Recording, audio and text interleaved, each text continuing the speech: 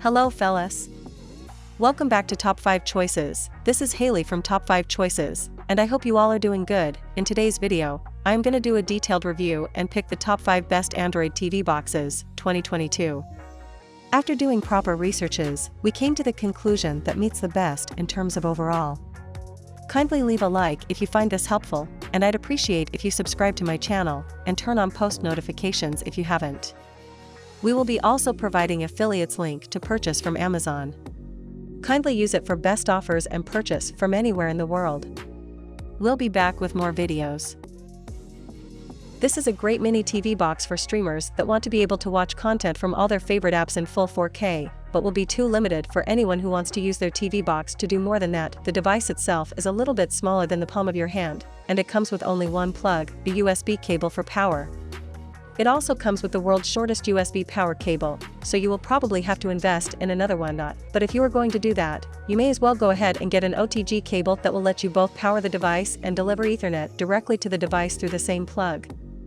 Though if you don't, the box has a very stable 5 GHz Wi-Fi connection that should be more than up to any streaming tasks, assuming your internet is good enough. But this means this device also doesn't have any USB ports to expand storage or space for an SD or TF card to add more storage.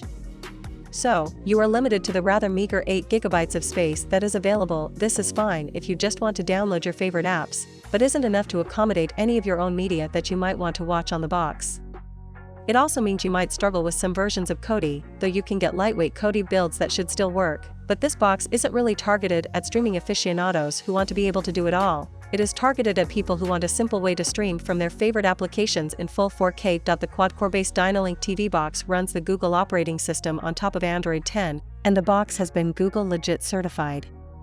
This means that it is authorized to access the major streaming services, in particular Netflix and Amazon Prime Video, in full 4K.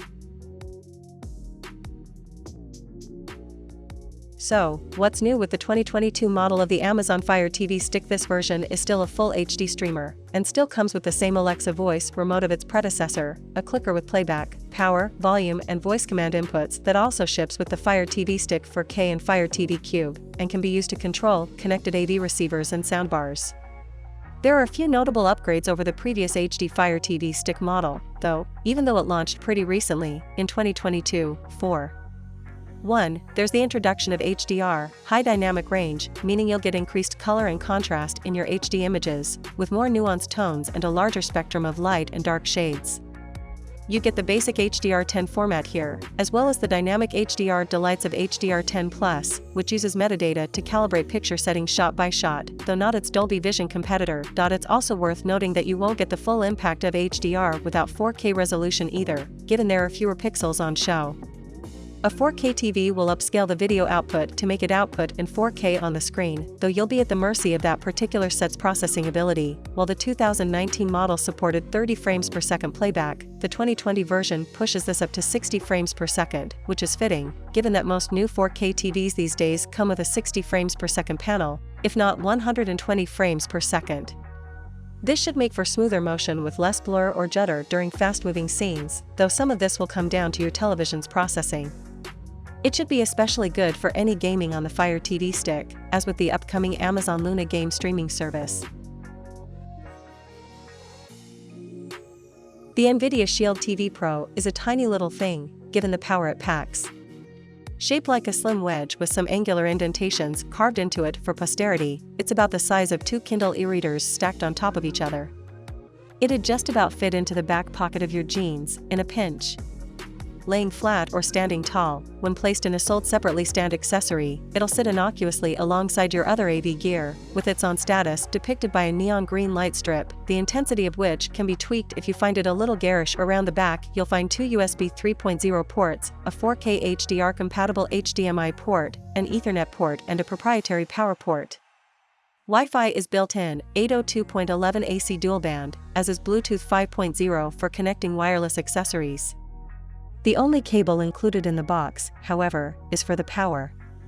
You'll have to supply your own HDMI and USB if required. If you've used an Android TV device before, you'll know what to expect from the NVIDIA Shield TV. It's pretty much been the vanilla Android TV experience as Google designed it, with some small tweaks, mostly in terms of settings options, specific to the Shield TV Pro's features. It offers rows of content based on your installed apps. The top row is an overview of your most regularly used apps, with the rows that follow offering rich artwork and content recommendation snippets based on what the associated app offers. All of this can be reorganized or hidden as you see fit. The Shield TV Pro therefore gives you access to all the major streaming services in their 4K/HDR configurations, from Netflix to Amazon Prime Video to the BBC iPlayer and everything in between.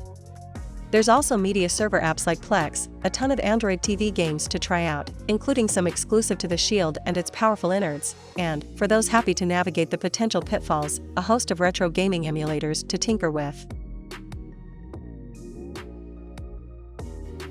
The Xiaomi Mi Box S offers Android TV in a larger form factor, instead of going the dongle route. Unlike its smaller brother the Mi TV Stick, the Mi Box S supports 4K HDR video quality at 60 frames per second, which is on par with similarly priced competitors. It even gets close to the video quality of the Nvidia Shield TV. Audio is also reliable thanks to Dolby Audio and DTS 2.0 support. With the Xiaomi Mi TV Stick, you get a clean stock Android TV experience. There are no additions like you'd find with the TiVo Stream 4K, and it lacks Google Chromecast's newer Google TV UI. We can consider this a good or a bad thing, depending on your tastes. If you're coming from an older Android TV device though, you'll find the experience extremely familiar. That also means you can expect the usual extras like Chromecast support, which lets you send content from your mobile device directly to the Android TV player. This simplicity in design extends to the remote as well. While TiVo added a bunch of extra buttons to their streamer's remote, the Mi Box S remote is super easy to use.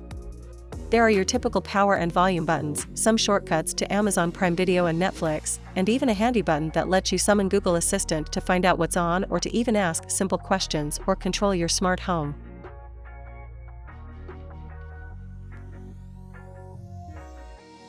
Go through the quick and painless setup process and you'll be greeted by the latest version of Android TV, Google's smart TV platform that uses rows and blocks to show you content. No Google TV on the Shield devices yet.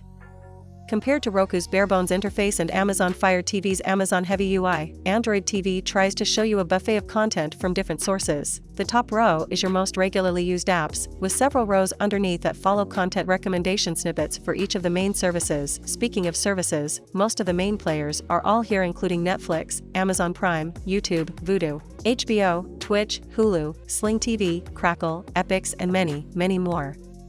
A select few of these, Netflix and Vudu, offer Dolby Vision right out of the box, but one app you won't find here is Apple TV, which has recently released on a number of other platforms including Fire TV and Roku. In addition to onboard services, the Shield also has Chromecast built in, allowing you to cast content from your smartphone, tablet, or PC to the player.